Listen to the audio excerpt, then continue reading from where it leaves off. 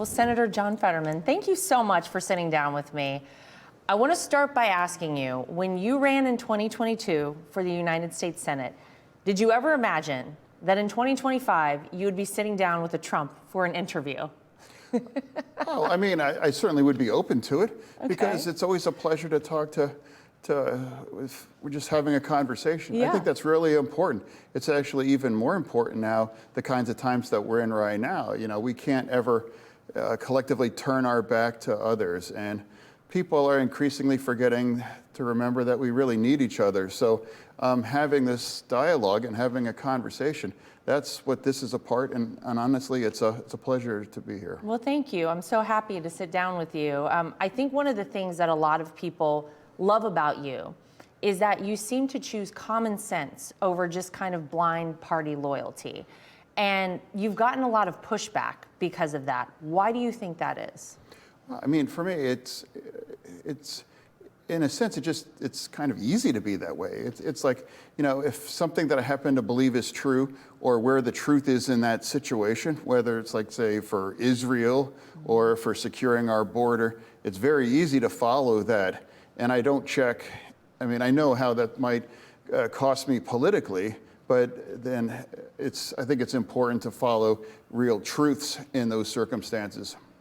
You know, I think that the people who you represent in Pennsylvania probably agree with your stance on it. And I think it's very refreshing, actually, to see a politician do those sorts of things and follow common sense. But do you feel like a lot of the establishment here in D.C. is missing that, maybe on both sides of the aisle, but particularly with the Democrat Party? Oh, well, I mean, a lot of people forget or doesn't understand the state that I am honored to represent. Pennsylvania, perhaps the most purple state in the country. And I am not just representing Democrats, I'm representing 13 million Pennsylvanians. And now I refuse to call members of the other team as fascists or Nazis or those other kinds of things, because if you do, then that implies that, well, the people that vote for them must be the same as too, and that's absolutely not true. I know and love many of people that voted for the president, and they're not fascists, they're not Nazis, they're not here to destroy our democracy. They have different values and different views on what they think is the American way of life. And that's why I refuse to engage in those things. And that's why we really have to find a way forward. And after the tragedy with Charlie Kirk, people deserve to be able to grieve and the appropriate space to grieve and acknowledge the horror of what happened. And I'm not gonna get in an argument or try to make points or say, well, this I disagree or whatever. It's like a father was shot in public, and now, hey, let's just let people realize the tragedy and let people grieve. And, you know, Pennsylvania, that's where the president was also shot. And now I was 30 miles away and like, oh my God. And it's like, thank God he was okay. But imagine where our nation would be if that could have gone in that same way. And where would our nation be? Well, I appreciate so much, and I think so many Americans do, hearing you say that. Hearing you say that Trump supporters are not Nazis, we're not fascists. You have been willing to break with your party on some very big issues. On, for example, the confirmation of Pam Bondi as Attorney General, supporting the Laken Riley Act for border security, strikes on Iran, paying federal workers, as you know we're seeing play out right now. So what goes into your decision to come forward and say, you know what, I think this is right? Do you get pushback internally from the party?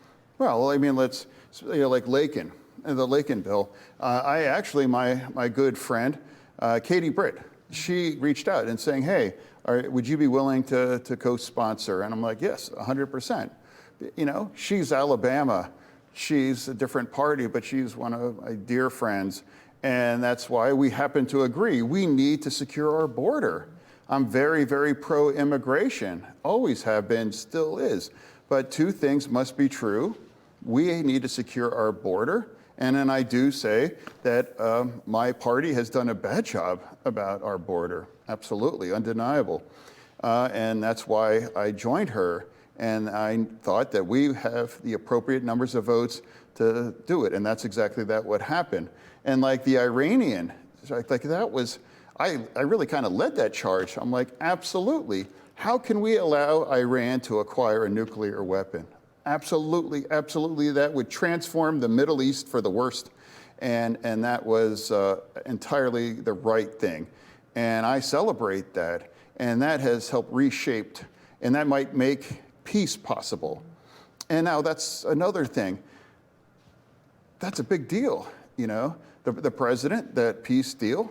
Why can't you celebrate that? It's like that war has torn the region apart, but also in our country too, the political sides. And now if that's ending and now you can actually work on peace, why can't you just say, hey, that's a big deal? I was disappointed the way, you know, my party seemed to kind of back away from Israel. That's our key ally. And they have the kinds of values that we live and what we aspire here in our nation.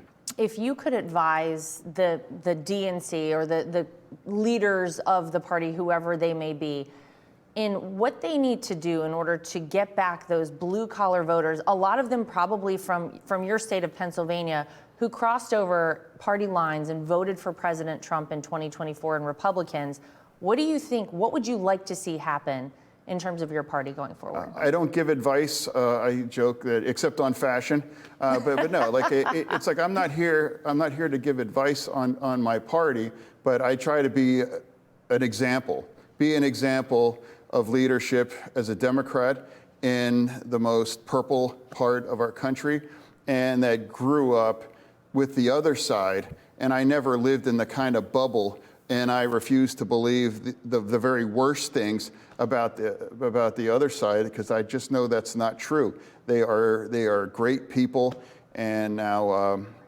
that gets back. It's been just very distressing. We are forgetting that we really need each other, and now political violence and things. It's like I think we need to hit the brakes.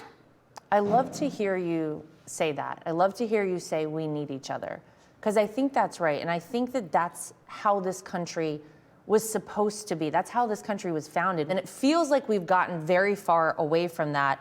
But I think that's why people gravitate towards you, Senator, because you seem to be very open to sitting down. You're sitting down to have a conversation with me. You actually... And I'll get grief for that. I'm sure you will. That's absurd. It's like no one is my gatekeeper. No one is. Why wouldn't I have a conversation with people if we have different political views? We can oppose each other on the floor and we can have different votes, but that doesn't mean that you're a terrible person or I'm not going to call you a name. It just means we're all Americans and we all love this country, and this is part of democracy, and that's I'm an honor to participate in, but I think I want to elevate that conversation.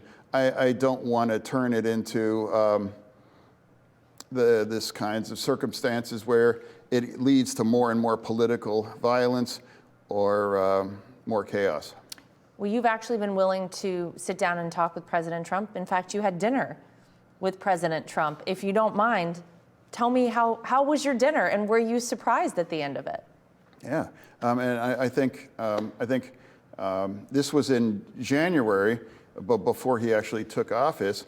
But I think that experience, I would use the same words that my friend Bill Maher uses: gracious, and just absolutely, it was pleasant, and it wasn't a show or anything. It was just like a conversation, and we could find things that we might agree on. And I thought it was a good conversation. And honestly, why wouldn't the senator of the state that carried him in the election, and I know plenty of people that voted too, hey, he invited, absolutely. It's not about bending a knee, it's about having a conversation with the president. And I think that's entirely appropriate. And as a senator, I'm not sure why anyone would find that controversial. We have to work together. Mm-hmm. That's how it works. Some terms we're in the majority, sometimes we're in the minority. That's why we all work together. That's the way democracy is. Click here to subscribe to the Fox News YouTube page to catch our hottest interviews and most compelling analysis. You won't get it anywhere else.